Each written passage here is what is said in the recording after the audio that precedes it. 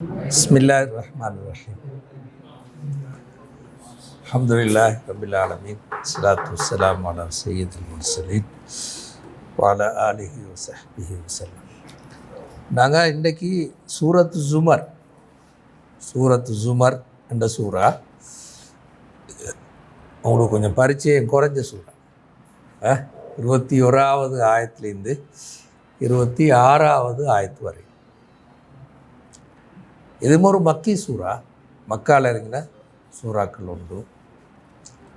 ஒரு அளவு நீண்ட சூறா, மக்கால் இறங்கின ஒரு அளவு நீண்ட சூறா இது.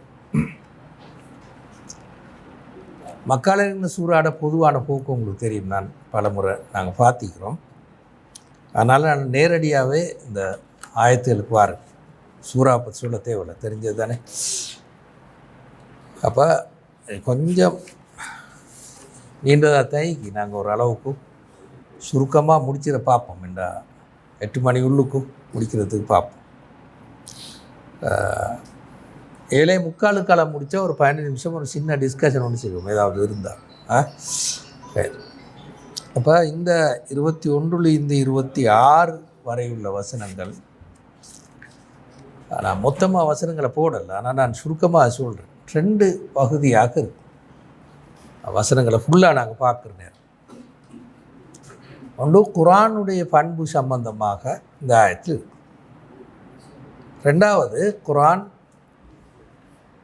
எப்படி அல்லாஹ்வையும் மறுமை நாளையும் தன்னுடைய ஏனைய கருத்துக்களையும் சொல்வதற்கு அல்லாஹ்வுடைய படைப்பினங்களை ஆதாரமாக கொள்கிறது என்ற கருத்தும் இந்த சூறாவில் இருக்குது. இந்த 2 பகுதியும் தான் இந்த ஆயத்து சூறாவில். இந்த ஆயத்து அதோடு சேர்த்து மனிதர்கள் ஏன் அல்லாஹ்வுடைய தூதை ஏற்றுக்கொள்கிறாங்க, இல்லை இன்னொரு சாரார் ஏன் ஏற்றுக்கொள்கிறாங்க. விரைவாக சிலர் அல்லாஹ்வுடைய தூதை ஏற்றுக்கொள்கிறார்கள். குறிப்பாக குர்ஆன் இறங்கின காலப்பிரிவில் சிலர் விரைவாக அல்லாஹ்வுடைய தூதை ஏற்றுக்கொண்டார்கள். தொடங்கினொன்னே ஏற்றுக்கொண்டவர்களும் கொஞ்சம் காலம் பிந்தி ஏற்றுக்கொண்டவர்களும் இருக்கிறாங்க. சிலர் கடைசி வரையும் ஏற்றுக்கொள்ளலை. இன்னும் சிலர் மிச்சம் இறுதி கட்டங்கள்லாம் குர்ஆனை அல்லது அல்லாஹ்வுடைய தூதை ஏற்றுக்கொள்கிறார்கள். இன்றைக்கும் அதே போக்கு தான் இன்றைக்கும் இருக்குது. அப்போ அதுக்கு என்ன காரணம் மீண்டும் இந்த ஆயத்துகள் சொல்லும். இந்த ஆயத்தில் ஒரு பகுதி அதையும் சொல்லும். அப்போ இதுதான் இந்த நாங்கள் பார்க்குற 21 26 வரை உள்ள ஆயத்துகள். அதுதான் இறை தூதை ஏற்றுக்கொள்ளல் தொடர்பான உளநிலைகள் என்று. அதனால தான் நாங்கள் தலைப்பு போட்டோம், இறை தூது என்ன பண்புகளை கொண்டுன்னு சொல்லிட்டு. அப்போ ஏன் இறை தூதை மனிதர்கள் ஏற்றுக்கொள்கிறாங்க இல்லை என்றதையும் குர்ஆன் இந்த ஆயத்துக்களில் சொல்கிறோம். இப்போ நாங்கள் ஒரு பகுதியாக பார்க்குறதுக்கு வருவோம்.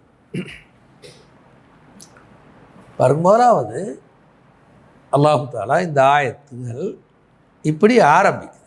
அலம் தர அன்னல்லாஹ அன்ஸல மினஸ் ஸமாஇ மாஅன் ஃபஸலகஹு யனாபிஅ ஃபில் அர்த் சும்ம யுக்ரிஜு பிஹி ஸர்அன் முக்தலிஃபன் அல்வானுஹு சும்ம யஹீஜு ஃபதராஹு முஸ்ஃபர்ரன் சும்ம யஜ்அலுஹு ஹுதாமன் இன்ன ஃபீ ذلك லذிக்ரா லிஉலில் அல்பாப்.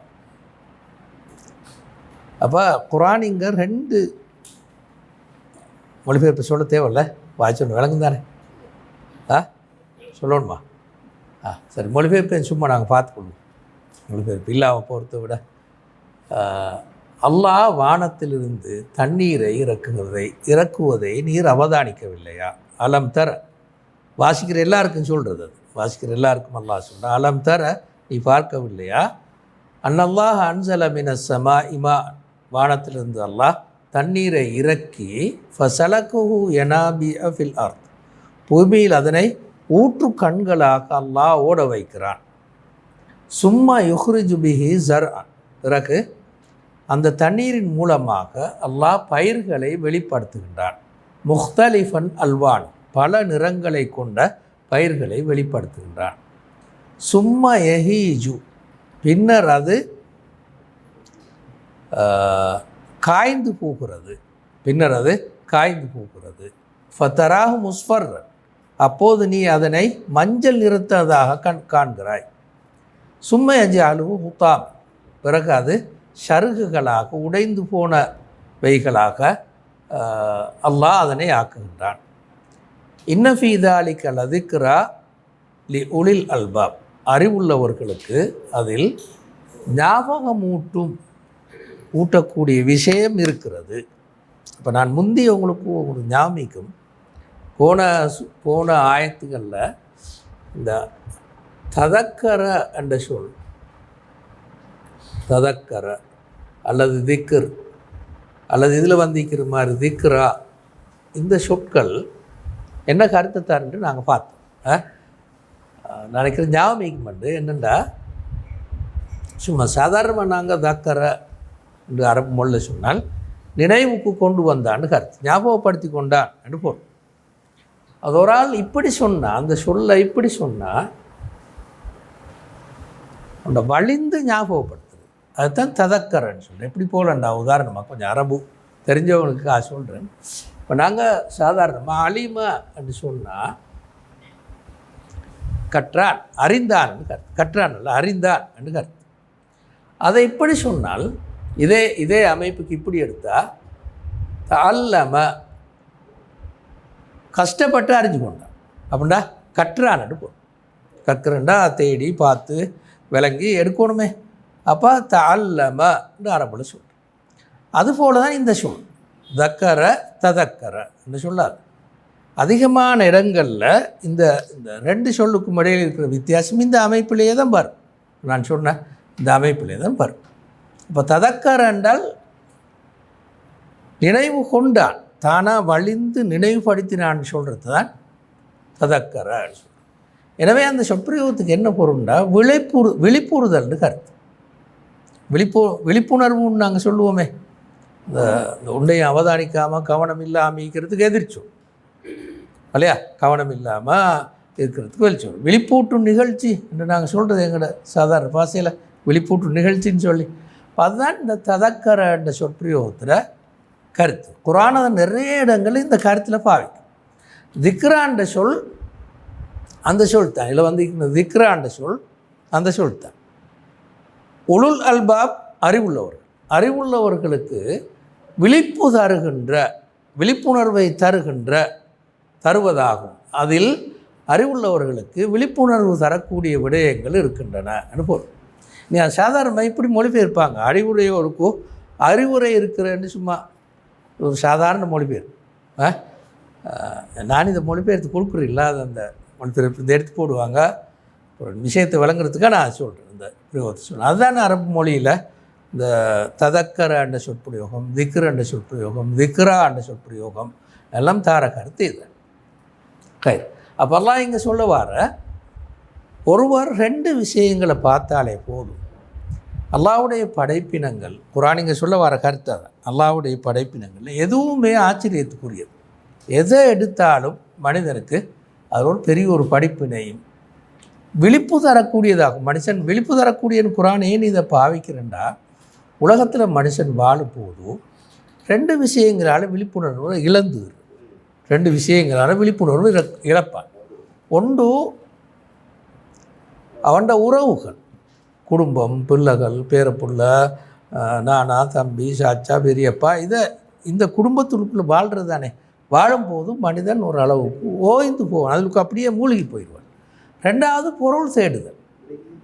பொருள் தேடி இந்த வியாபாரத்தில் அல்லது இந்த தேடி சேர்க்குறதுல, வீடு கட்டுறதுல, இப்படியான வேலைகளில் வியாபாரத்தை நல்லா கொண்டு போகிறதுல மூழ்கி போயிடுவான். அப்படி மூழ்கி போனால் இந்த விழிப்புணர்வு போயிடும். என் வாழ்க்கை பொருள் என்னது, நான் யார், மூத்தாய் நான் எங்கே போவேன், இந்த விழிப்புணர்வு அவனுக்கு இருக்காது. பிறகுதான் அந்த விழிப்புணர்வு எது தரும் என்றால், அல்லாஹ்வுடைய படைப்பினங்கள் ஒருவர் சரியாக அவதானித்தால் படும். இது கண்டிப்பாக இந்த உலகத்துக்கு ஒரு பொருள் இருக்குது, நாங்கள் எங்களுடைய இந்த வாழ்க்கை சாதாரணமானதல்ல, எந்த விதமான அர்த்தம் இல்லாததுமல்ல என்ற கருத்து, எந்த விழிப்புணர்வும் அவருக்கு வரும். அந்த வகையில் தான் அல்லாஹ்வுடைய படைப்பினங்களில் எதை பார்த்தாலும் மனிதனுக்கு அந்த விழிப்புணர்வு உருவாகவே செய்யும் என்றது குர்ஆன் கருத்து. எனவே குர்ஆன் என்ன செய்யும் என்றால், சில நேரங்களில் மொத்தமாக வானம் பூமின்னு சொல்லும். இன்னஃபி ஹல்கு ஸமாவாத்தி வல் அர்துன்னு சொல்லும். வானங்கள் பூமியின் படைப்பில் அண்டு மொத்தமாக வானங்கள் பூமியை பார்க்குற நேரம்னு சொல்லணும். சில நேரங்களில் ஒரு குறிப்பிட்ட விஷயத்தை மட்டும் எடுத்துக்கொள்ளும், ஏதாவது ஒரு படைப்பினத்தை மட்டும் எடுத்து விளங்கப்படும். இது குர்ஆனில் பொதுவாக நாங்கள் காண்றோம். எல்லா படைப்பினமுமே உண்மையில் மனிதனுக்கு இந்த விழிப்புணர்வை தரக்கூடியதானது. ஒரு சின்ன நாங்கள் அற்பமாக கருதுகிற படைப்பினத்தில் கூட அந்த உணர்வு, அந்த விஷயம் இருக்குது. இங்கே குர்ஆன் என்ன செய்தண்டா, இந்த குறிப்பிட்ட ஆயத்தில் நீர் திரும்ப அதன் விளைவான தாவரம்,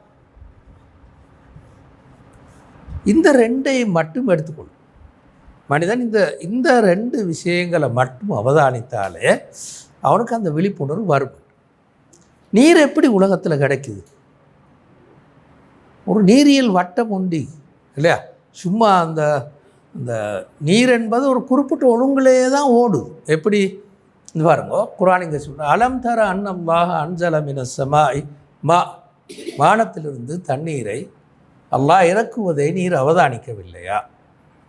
அது ஒரு நீண்ட பெரிய செயற்பாடு. மழை பொழிதல் என்ற அந்த நிகழ்ச்சியை ஒரு நீண்ட ஒரு பெரிய ஒரு செயற்பாடு. திரும்ப ஃபஸலகஹு யனாபிஅ, பிறகு அதனை அல்லாஹ் ஊற்றுக்கண்களாக பூமியில் ஓட செய்கிறான். ஊற்றுக்கண்களாக ஓட செய்கிறான் என்ற கருத்தை என்னென்னா, ஒன்று மழையாக பொழிதல், அது ஒரு மிச்சம் நுணுக்கமான மிச்சம் அழகான ஒரு நிகழ்ச்சி. ரெண்டாவது கட்டம், அந்த நீர் பூமியில் நீரூற்றுகளாக ஓடுதல். நீரூற்றுகளாக ஓடுதல்டா என்னென்னா இப்படி மாறுது. ஆறு, குளம், கிணறு, கடைசியாக கடல். இப்படி இருந்து பூமியில் அல்லாஹ் தஆலா நீரூற்றுகளாக ஓடித்தான் இந்த வடிவை பெறுறது. உண்மையில் கிணறு இருந்தால் கண்டிப்பாக பூமி உள்ளுக்கும் இல்லையா? இந்த பாருங்க, ஃபஸலகஹு யனாபிஅ ஃபில் அர்த், ஃபீன்றது உள்ளுக்கும், அந்த நிலத்தின் உள்ளே பூமியின் உள்ளே ஊற்றுக்களாக ஓடுகிறது. என்பு என்ற சொல்தான் அது யனாபிஅ, நீரூற்றுகளாக ஓடினால் ஆறாக மாறும். ஆறும் ஒரு பெரிய ஊற்று அல்ல, எங்களுக்கு தெரிஞ்சு சொல்ல தேவையில்லை. ஆறும் ஒரு பெரிய ஊற்று உண்மையில். அதே மாதிரி தான் கிணறும், அதே மாதிரி தான் குளம். இந்த ஆறு, குளம், கிணறு, திரும்ப கடைசியாக கடல். இந்த வடிவங்கள், அதாவது மழையாக பொழிந்து இந்த வடிவங்கள் எடுக்கிறது தான் அல்லாஹ் தஆலா ஃபஸலகஹு யனாபிஅ ஃபில் அர்த் சொல்லி அந்த முன்னால ஆயத்தில் சொன்னார். இதில் வர ஃபஸலகஹு யனாபிஅ ஃபில் அர்த் சொல்லி அல்லாஹ் தஆலா சொன்னது தான். இந்த நீண்ட இந்த செயற்பாடே ஒரு பெரிய ஒரு பகுதி, ஒரு நீண்ட ஒரு பெரிய ஒரு பகுதி. இது எங்களுக்கு தெரியும், விஞ்ஞானபூர்வமாக ஆராய்வதற்கும். இப்போ எங்களுக்கு தெரியும் H2Oன்னு சொன்னால் ஹைட்ரஜனும் ஆக்சிஜன் குறிப்பிட்ட விதத்தில் சேர்ந்தால் தண்ணீராகும் எங்களுக்கு தெரியும். ஆனால் அல்லாஹ் தஆலா அப்படி ஆக்கி வைக்கல. ஆரம்பத்தில் நீர் உருவாக்குற நேரம் அப்படித்தான் H2Oன்னு சொல்லி அந்த ஹைட்ரஜனும் ஆக்சிஜனும் சேர்ந்தால் குறிப்பிட்ட விதத்தில் சேர்ந்தால் தண்ணீராகும். ஆனால் அல்லாஹ் அப்படி வைக்கல. பிறகு இந்த வடிவத்துக்கு அல்லாஹ் கொண்டு வந்தார். தண்ணீர் ஒரு நீரியல் வட்டமாக தொடர்ந்து ஓடி பூமியில் நீரூற்றுகளாக போய் ஆறுகளாகவும் கிணறாகவும் அந்த குளமாகவும் திரும்ப கடலாகவும் கடைசியாக கடலாகவும் இருக்கிறது தான் உலகத்தில் பூமியில் இருக்கிற ஒழுங்கு. இந்த ஒழுங்கு மட்டும் தவறினாலே, நீர் என்ற இந்த ஒழுங்கு மட்டும் தவறினாலே வாழ்க்கை சாத்தியம். அப்படித்தானே சாத்தியமா? நீர் இல்லைன்னு வச்சுக்கொள்ளுங்களேன், அதோடு எல்லாமே சார், தாவரம் அதோடு போயிடும், மனுஷனும் போயிடுவான், மிருகமும் போயிடும். ஒரே ஒரு பொருள் மட்டும், நீர் என்ற ஒரு தனிப்பொருள் மட்டும் இல்லாமல் போனால் வாழ்வு சாத்தியம், பூமியில் வாழ்வு சாத்தியம். பாலைவனம் மாறிட்டால் இப்போ பூமியில் எந்த வகையிலையுமே வாழ்வு சாத்தியம் இல்லாமல் போகும். இப்போ பாலைவனத்தில் ஏன் ஓரளவுக்கு மனுஷன் வாழ்கிறான்னா தண்ணிக்கு போய் இல்லையா? அந்த காலத்துலேயும் கூட பாலைவன பசுஞ்சோலைகள் சொல்லி பாலைவனத்தில் இடைக்கில பசுஞ்சோலைகளுக்கும் அங்கே நீர் இருக்கும். அதை சுற்றித்தான் மக்கள் வாழ்வார்கள். அந்த நீர்நிலையை சுற்றித்தான் அந்த காலத்துலேயும் மக்கள் வாழ்வார். இப்படி அந்த டெக்னாலஜி மிச்சம் வளர்ந்ததன் காரணமாக நீரை சுத்திகரித்து கடல்லேருந்து கூட இருக்கக்கூடிய டெக்னாலஜியை மனுஷன் படிச்சிருக்கிறார். எப்படியோ நீர் என்ற ஒழுங்கு இல்லாவிட்டால் பூமி வாழ்க்கை சாத்தியம். ஒரே ஒரு பொருள், அதுதான் அல்லாஹ் சொன்னால், நீங்கள் இந்த பூமியில் ஓடுற தண்ணீர் ஒழுங்கை பார்த்தாலே கூட இது ஒரு அறிவு செயற்பாடு, பெரிய ஒரு திட்டமிட்ட செயற்பாடுன்ற முடிவுக்கு வருவீங்கோ இதெல்லாம் சொன்னார். ரெண்டாவது, அதன் விளைவாக உருவாகிற தாவரங்கள், அதன் விளைவாக உருவாகின்ற தாவரங்கள், அந்த நீரின் மூலம் தாவரம் வெளியாதல். உங்களுக்கு தெரியும், மனுஷனை விட தாவரத்துக்கு நீர் ஆக அடிப்படையான உணவுப் பொருள் கூட அந்த நீரில் கலந்து மேலே எடுக்கும். இந்த தாவரம் மேலே எடுக்கிறது உணவுப் பொருளை நீரில் கலந்து தான் என்றது விஞ்ஞானபூர்வமான ஒரு பெரிய ஒரு உண்மை. அப்பவே நீர் தாவரத்துக்கு மிகவும் அடிப்படையான ஒன்று. அதன் மூலமாகத்தான் தாவரங்கள் எல்லாம் வளர்ந்து பயன்படும். அல்லாஹ் அதை எப்படி எங்களுக்கு விளங்கப்படுத்தினார்னா, பல வகையான தாவரங்கள், பல வகையான தாவரங்கள். திரும்ப இன்னொரு ஆக முக்கியமான விஷயம் என்ன, நீர் இருந்தாலும் தாவரங்கள் கிளப்பருவம் எய்தும். மனுஷனை போல் காஞ்சி போ கொஞ்சம் காலம் வாழ்ந்துட்டு இல்லையா, ஏதாலும் எந்த ஒரு தாவரத்தை எடுத்தாலும் சில தாவரங்கள் ஒரு சின்ன காலத்துக்கு வாழும். ஒரு கிழமை, 2 கிழமை, 3 மாதம், 6 மாதம், 1 வருஷம், 2 வருஷம், 10 வருஷம், இப்படி பல வகையான தாவர ஒழுங்குகள் இருக்குது. மனுஷனை போலவே மனுஷன் சில நேரங்களில் 1 வயசில் மூத்தாவான், 2 வயசில் மூத்தாவான், 10 வயசில் மூத்தாவான், 90 வயசு வரை மீப்பான், இப்படி இருந்து போவான். தாவரங்களுக்கு எங்களுக்கு சுவராஜ், மனுஷனுக்கு தான் திடீர்னு மரணம் இல்லாமல் இருக்கும், சொல்ல தெரியாது. தாவரங்களுக்கு எங்களுக்கு தெரியும், ஒவ்வொரு தாவரம் இவ்வளோ காலத்துக்கு தான் வாழும். இந்த வயசுலாம் அது காக்கும், இந்த வயசுலாம் கனி கொடுக்கும். அப்போ தண்ணீர் இருந்த போதிலும் கூட தாவரத்துக்கு ஒரு வாழ்க்கை வட்டம் ஒன்று இருக்குது, அதோடு அது போயிடும். அப்போல்லாம் அதையும் நீங்கள் சொல்லி காட்டினேன். எப்படி முன்னால் இருக்கிற இந்த வசனத்தின்படி யுஹ்ரிஜு பிஹி ஸர்அன் முக்தலிஃபன் அல்வான், இந்த முக்தலிஃபன் அல்வானுன்ற சொற்பிரயோகத்துக்கு 2 கருத்தை கொடுத்தாங்க தஃப்சீர். ஒன்று நிறம், அந்த நிறங்கள் நாங்கள் பார்க்குற பல வகையான நிறம் கொண்டதாக இந்த தாவரத்தால் வெளியாகிற பொருட்கள் அல்லது தாவரமே அப்படி பல்வேறு நிறம் கொண்டதாக இருக்குது. ரெண்டாவது, பல வகையான, அரபு மொழியில் லவுன் அல்வான் என்று சொல்லி நிறம்டும் கருத்து வகை என்றும் கருத்து. பல வகையான தாவரங்கள் அல்லது பயிர்கள், பல வகையான பயிர்கள். இப்போ நாங்கள் இந்த ஸர்உன் என்ற சொற்பிரயோகம் இந்த அரிசி சம்பந்தம், அரிசி அல்லது கோதுமை அல்லது பார்லி இப்படியான பொருட்களுக்குத்தான் அரபு மொழியில் கூடுதலாக இந்த ஸர்உன் என்ற சொற்பிரயோகத்தை பாவிக்கிறோம். அப்போ அந்த வகையில் அப்படி இந்த மனிதன் சாப்பிடுகின்ற உணவுப் பொருட்கள் சம்பந்தமான அந்த பொருட்களும் பல வகைப்பட்டதாக இருக்கும். அப்போ அதுவும் ஒரு ஆச்சரியமான ஒரு செயற்பாடு. நிலங்கள் உண்டாயிருந்தாலும், நிலம் உண்டாயிருந்தாலும், நீர்நிலை உண்டாக இருந்தாலும் தாவரங்கள் வேறுபடுத்தான் இருக்கு. தாவரங்கள் கண்டிப்பாக வேறுபடுத்தான் இருக்குது. இது நாங்கள் சாதாரணமாக உலகத்தில் பூமியில் பார்க்குற ஒரு முக்கியமான விஷயம். திரும்ப நான் ஏற்கனவே சொன்ன மாதிரி சும்மா எஹீஜு, பிறகு அந்த குறிப்பிட்ட தாவரம் கிளப்பருவம் எய்தும், அதுக்கு வயது போயிடும். அதன் பிறகு இந்த மஞ்சள் நிறமாக ஃபத்தராகு முஸ்ஃபர், பிறகு அது மஞ்சள் நிறமாக மாறி சருகுகளாக உடைந்து போன கட்டைகளாக மாறிப்போம். அப்போ இந்த தாவரத்தில் இந்த படிமுறை வளர்ச்சி, படிப்படியான இந்த படிமுறை வளர்ச்சி மனிதன் கிளப்பருவம் அடைகிறது போடுது. மனுஷன் ஏன் கிழவன் ஆகிறான்றதுக்கு இன்னமும் சயின்டிஃபிக்கலி சரியான ஒரு விளக்கம் ஒன்று இல்லை. ஏன் கிழவன் ஆகும் என்று கேட்டால், பௌதீக ரீதியான ஓட்டம் தான் உண்மையில் காலம் இல்லை. உதாரணமாக நாங்கள் உலகத்தில் வாழும்போது எனக்கு 50 வருஷம் சொன்னால், 3 வருஷம் சொன்னால், 2 வருஷம் சொன்னால், கருத்து என்ன? பூமியோட இனத்தை வச்சு தான் நாங்கள் சொல்கிறோம்.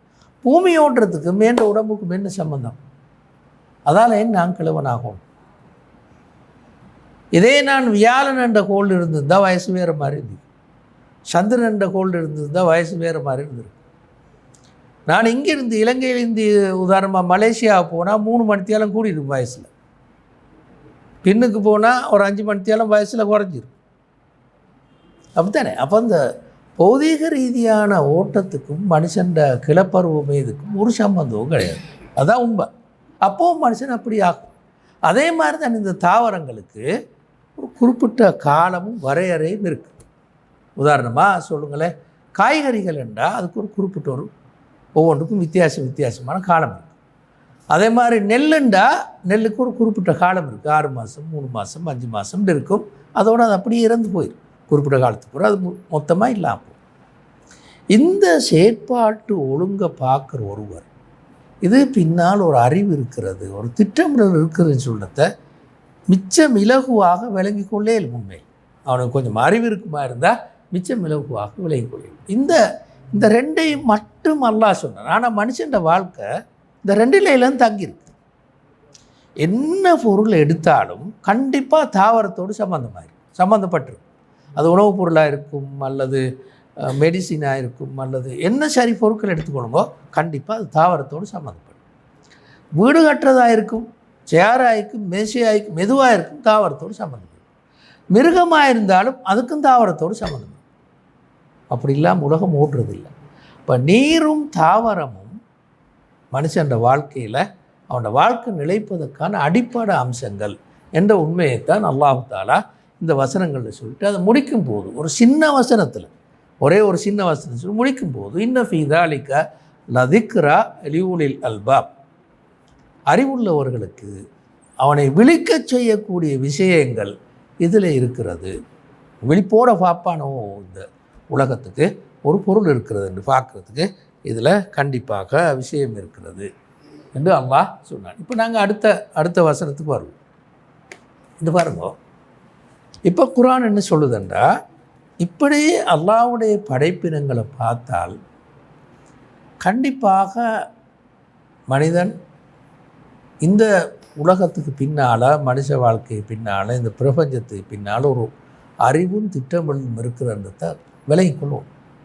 விலகி கொண்டு இறை வழிகாட்டில் ஏற்றுக்கொள்ளக்கூடிய நிலைமைக்கு வரோம். அதுதான் மிச்சம் இயல்பான விஷயம். எனவே தான் 2வது வசனம் எப்படி இருக்குண்டா, அஃபமன் ஷரஹல்லாஹு சதுரஹு லில் இஸ்லாம், இஸ்லாத்துக்காக அல்லாஹ் யாருடைய உள்ளத்தை திறந்து விடுகிறானோ, நேரடியாக மொழிபெயர்த்தா அதான் கருத்து. இதில் விசாலமாக்குறானோட கருத்து என்ன, திறந்து விடுகிறானோ. அஃபமன் ஷரஹல்லாஹு சதுரஹு லில் இஸ்லாம், யாருக்கு அல்லாஹ் இஸ்லாத்தை நோக்கி யாருடைய இதயத்தை அல்லாஹ் திரண்டி விடுகிறானோ, ஃபஹுவ அலா நூரின் மிர் ரப்பி, அவ்வாறு திறந்து விடுகின்ற போது அவன் தன்னுடைய இரட்சகனிடமிருந்து வரக்கூடிய ஒளியில் இருக்கிறான். அவனுக்கு ஒரு இந்த ஒளின்னு இங்கே சொல்ல காரணம் என்னென்னா, இந்த இப்போ நாங்கள் ஒரு பொருளை பார்க்கணுமா இருந்தால் கண்ணு மீக்கணும், ஒளியும் மீக்கணும், இல்லாட்டி பார்க்க கண் மட்டும் மீது பார்க்கல, கண்டிப்பாக ஒளியும் மீக்கணும், கண்ணு மீக்கணும், அப்போ பார்க்க. அதே போல் விஷயங்களை சரியாக புரிந்து கொள்ளணுமெண்டா அறிவும் மீக்கணும், வஹீம் இருக்கணும். அறிவும் இருக்கணும், வஹீம் இருக்கணும். விஷயங்களை சரியாக புரிஞ்சு கொள்ளணும். இந்த உலகத்துக்கு என்ன பொருள், என் வாழ்க்கை எங்கே போய் முடியும், நான் இந்த உலகத்தில் என்ன பணிகளை செய்யணும் என்ற இந்த அடிப்படையான கேள்விகள் இருக்குது தானே. இதுகளுக்கு பதில் தேடணுமாக இருந்தால் அறிவு மட்டும் இருந்து போதும். கட்டாயம் வஹீட வெளிச்சமும் போடும். அதே மாதிரி வஹீட வெளிச்சம் மட்டுமே இருந்து போதும், அறிவும் இருக்கும். இந்த வகையை விளையக்கணும்னா கண்டிப்பாக அறிவு தேவை. எனவே தான் அல்லாஹ் இங்கே சொல்கிற, யாருடைய உள்ளத்தை அல்லாஹ் இஸ்லாத்தை நோக்கி திறந்து விடுகிறானோ அவன் அல்லாஹ்வுடைய ஒளியில் இருக்கிறான் அப்படின்னு இங்கே சொல்ல காரணம் அது. அப்படி இல்லாமல் அந்த வஹீட ஒளி இல்லைன்னு வைங்களே, மனுஷன் யூகங்களுக்கு கீழே தான் வாழும். ஏனெண்டா சின்ன விஷயங்களை மனிதனுக்கு அறிவால் மட்டும் உறுதியான முடிவுகளுக்கு வரலாம். தண்ணிண்டா என்னது, இரும்புண்டா என்னது, இப்படியான உலக பௌதீக பொருட்கள் இருக்குது தானே. இந்த பௌதீக பொருட்களை விலகி கொள்வதற்கு மனிதனுக்கு அறிவு மட்டும் போதும். அதை அல்லாஹ் வஹீ இறக்கி விளங்கப்படுத்த தேவை. இந்த தாவரம்டா இப்படித்தான், இந்த மிருகம்டா இப்படித்தான், இந்த சேருண்டா இப்படித்தான், இந்த இரும்புண்டா இதான் விளங்குறதுக்கு ஒரு நாளும் அல்லாஹ் வஹீ இறக்க தேவையில்ல, மனுஷன் அறிவை போகும். ஆனால் இதுக்கெல்லாம் பின்னால் இருக்கிற உண்மை என்னது, மனுஷன் வாழ்க்கைக்கு என்ன பொருள், ஏன் நான் இந்த உலகத்தில் பிறந்தேன், இதுக்கு பிறகு எங்கே போகிறேன், இந்த உலகத்துக்கு பின்னால் உண்மையிலே ஒரு அறிவும் சக்தியும் இருக்கிறதுவா, மரணத்துக்கு பிறகு இன்னொரு வாழ்க்கை இருக்கிறதுவா, இந்த உலகத்துக்கு பின்னால் ஒரு பெரிய ஒரு ரகசியம் இருக்கிறதுவா, இந்த பௌதிக உலகத்தோடு எல்லாம் முடிஞ்சுதான். இந்த மாதிரியான கேள்விகளுக்கு பதில் சொல்கிறதாக இருந்தால் கண்டிப்பாக வஹீட வெளிச்சமும் தேவை. அப்போ யாருடைய உள்ளத்தை அல்லாஹ் இறை வழிகாட்டலை நோக்கி அல்லது இஸ்லாத்தை நோக்கி திறந்து விடுகிறானோ அவனுக்கு அல்லாஹ்வுடைய ஒளியும் கிடைக்கும். இப்போ அவனோட பார்வை சரியாக அழகாக இருக்கும்.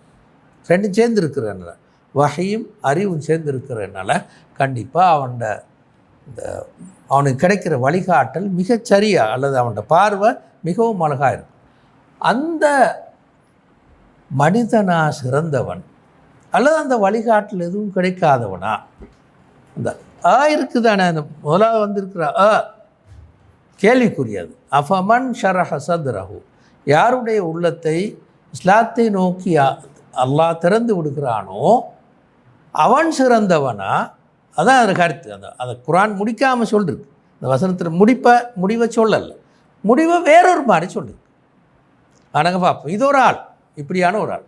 ரெண்டாவது ஆள் யாருண்டா, ஃபவைலுன் லில் காசியத்தி குலூபுஹும் மின் திக்ரில்லாஹ், அல்லாஹ்வுடைய ஞாபகத்தை விட்டு அல்லது அல்லாஹ்வுடைய ஞாபகத்தை புறக்கணித்து, அப்படி மொழிபெயர்த்தா இப்படி மொழிபெயர்த்து வேறு யாருடைய அல்லாஹ்வுடைய ஞாபகத்தை புறக்கணித்து உள்ளம் இறுகி போய்விட்டவர்களுக்கு கேடே உண்டாகட்டும். ஃபவைலுன் லில் காசியத்தி குலூபுஹும் மின் திக்ரில்லாஹ் உலாயிக ஃபீ தலாலின் முபீன், அவர்கள் மிகவும் தெளிவான வழிகாட்டில் இருக்கிறார்கள். அப்போ குர்ஆனிங்க நாங்கள் அந்த விளக்கத்தையும் சேர்த்து எடுத்து பார்ப்போம். பாருங்க, இந்த வசனத்தில் அல்லாஹ் தஆலா 2 உள்ளங்களை சொல்கிறோம். ஒன்று இப்போ நாங்கள் சொன்ன மாதிரி இந்த பாருங்க, இந்த முன்னால் அந்த வசனத்தை சொல்கிறேன்னே,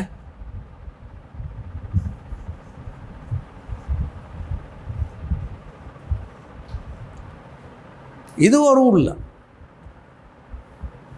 இஸ்லாத்தை நோக்கி உள்ளம் திறந்து விடுதல், சரியா?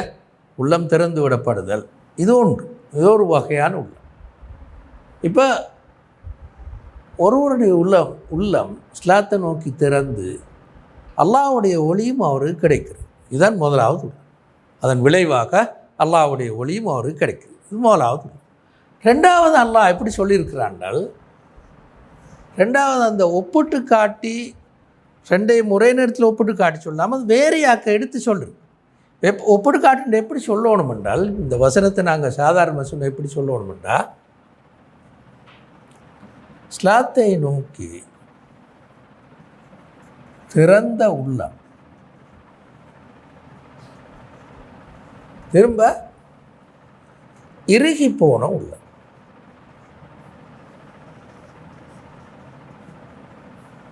இவற்றில் அது சிறந்தது என்று சொல்லணும்.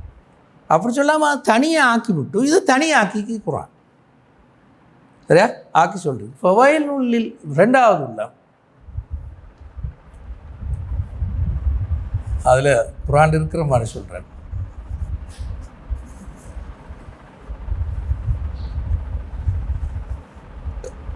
இறுகி போன உள்ளம், இறுகி போன உள்ளம். நாங்கள் அந்த முன்னால் வசனத்தை எடுத்தால் இது பாருங்க, ஃபவைலுன் லில் காசியத்தி குலூபுஹும், ஃபவைலுன் லில் காசியத்தி குலூபுஹும் மின் திக்ரில்லாஹ் என்ற ரெண்டாவது உள்ளத்தை குர்ஆன் எப்படி இங்கே பாவிச்சிருக்குண்டா, இது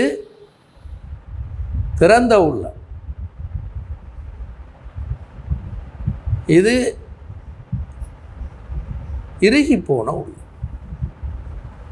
அப்போ மின் திக்ரில்லாஹ், அல்லாஹ்வுடைய திக்ரை புறக்கணித்து, திக்ருண்டா நாங்கள் இது 2 மாதிரி விளங்கலாம். ஒன்று அதான் பொருத்தமான கருத்து, அல்லாஹ்வுடைய வழிகாட்டலை புறக்கணித்து இறுகி போன உள்ளம், அல்லது அல்லாஹ்வுடைய நினைவை புறக்கணித்து, அல்லாஹ்வை நினைவு கூறுவதை புறக்கணித்து இறுகி போன உள்ளம். 2 மாதிரியும் நாங்கள் இதுக்கு கருத்து கொள்ளையும். அப்போ குர்ஆன் இந்த எப்படி ஒன்றை சொல்லுது எப்படின்றால், இஸ்லாத்தை ஏற்றுக்கொள்ள உள்ளத்தை இப்படி பாவிச்சு இஸ்லாத்தை நோக்கி திறந்து விட்டு உள்ளம். ரெண்டாவது எப்படி பாவிச்சுன்னா, அல் காசியத்து குலூபுஹும், அல்லாஹ்வுடைய வழிகாட்டில் ஏற்காத அல்லது புறக்கணித்த இறுகி போன உள்ளம், இறுகி போன உள்ளம் சொல்லி குர்ஆன் இங்கே பாவிச்சு. இறுகி போன உள்ளம்ன்ற என்ன கருத்து? அல் காசியத்து குலூபுஹும் தான் இஸ்லாத்தை ஏற்றுக்கொள்ளாததுக்கு குர்ஆன் பாவித்த சொற்பிரயோகம் அது. இறுகி போன உள்ளம். அவனுக்கு எவ்வளோதான் இந்த இஸ்லாத்தை பற்றி சொன்னாலும், எவ்வளோதான் விளங்கப்படுத்தினாலும், எத்தனாயிரம் குர்ஆன் ஆயத்தில் இறங்கினாலும் உள்ளகம் இலகாது, உள்ளம் திறக்காது. நாங்கள் ஒரு ஒரு கதவை கடமையாக இறுக்கி அடைச்சி வச்சுட்டோம், மிச்சங்காலமாக திறக்கலை. அப்போ என்ன நடக்கும்? திரும்ப திறக்கவே சரியான கஷ்டம். அது அப்படியே இறுகி போயிடும். திறக்க சரியான கஷ்டம். இதுதான் இந்த காசியத்து குழுவுன்னா கருத்து. எந்த மனித உள்ளம் இப்படி இறுகி போகுதோ அதுக்கு எத்தனை ஆயத்திறங்கினாலும் இல்லை, திறக்காது ஒரு நாள். அதுதான் குர்ஆன் இங்கே சொல்ல வரும். இப்படி என்ன கருத்து? எப்படி மனித உள்ளம் இறுகி போகும்னா, ஒன்று, முதலாவது காரணம் பாவச் செயல்களில் மூழ்கி போய் பழக்கப்பட்டு போகிறது. பாவச்செயல் ஒன்று ரெண்டு முறை செய்கிறது மட்டுமல்ல, அதை பயத்தோடு செய்கிறது மட்டுமல்ல, அல்லது தயக்கத்தோடு செய்கிறது மட்டுமல்ல. அப்படியெல்லாம் செஞ்சால் அவன் தப்பிடுவான். பாவச்செயல்களை தொடர்ந்து செய்கிறான், ஆனால் பயம் உண்டு உள்ளத்தில் இது போகுதில்லை, தயக்கம் உள்ளத்தில் இது போவதில்லை. இது இறுகின உள்ளமல்ல. இவன் வழிகாட்ட பெறுறதுக்கு சந்தர்ப்பம். பாவங்கள் தொடர்ந்து செய்தாலும் ஒரு பய உணர்வு ஒன்று இருக்குது. பாவங்கள் தொடர்ந்து செஞ்சாலும் ஒரு தயக்கம் உண்டு. பாவம் ஒவ்வொரு முறையும் தயக்கவும் நான் பாவம் ஒன்று செய்கிறேன் என்று மன உறுத்தலும் இருக்குது. இவன் தப்பலாம். இன்னொரு உள்ளம், அதுதான் நீங்கள் குர்ஆன் சொல்ல வர, பாவச்செயல்களை செஞ்சு அது பழக்கப்பட்டு போய் அதுவே தன்னை வாழ்க்கையாக மாறிப்போனோம். இவனை ஒரு நாளும் திருப்பியலாது. இவனை கலட்டி எடுக்கிறது சாத்தியம் ஒன்று. ரெண்டாவது, உள்ளகம் இறுகி போகிறண்டா என்ன கருத்தண்டா, அதிகாரம் திரும்ப அந்த கூடுதலாக அதிகாரமும் பெருமையும் தான் மனுஷனை உள்ளம் இறுகி போகிற செய்கிற முக்கியமான ரெண்டு காரணம் தான் பெருமையும் அதிகாரம். இந்த குர்ஆன் நிறைய இடங்களில் பாவிச்சிருக்கு.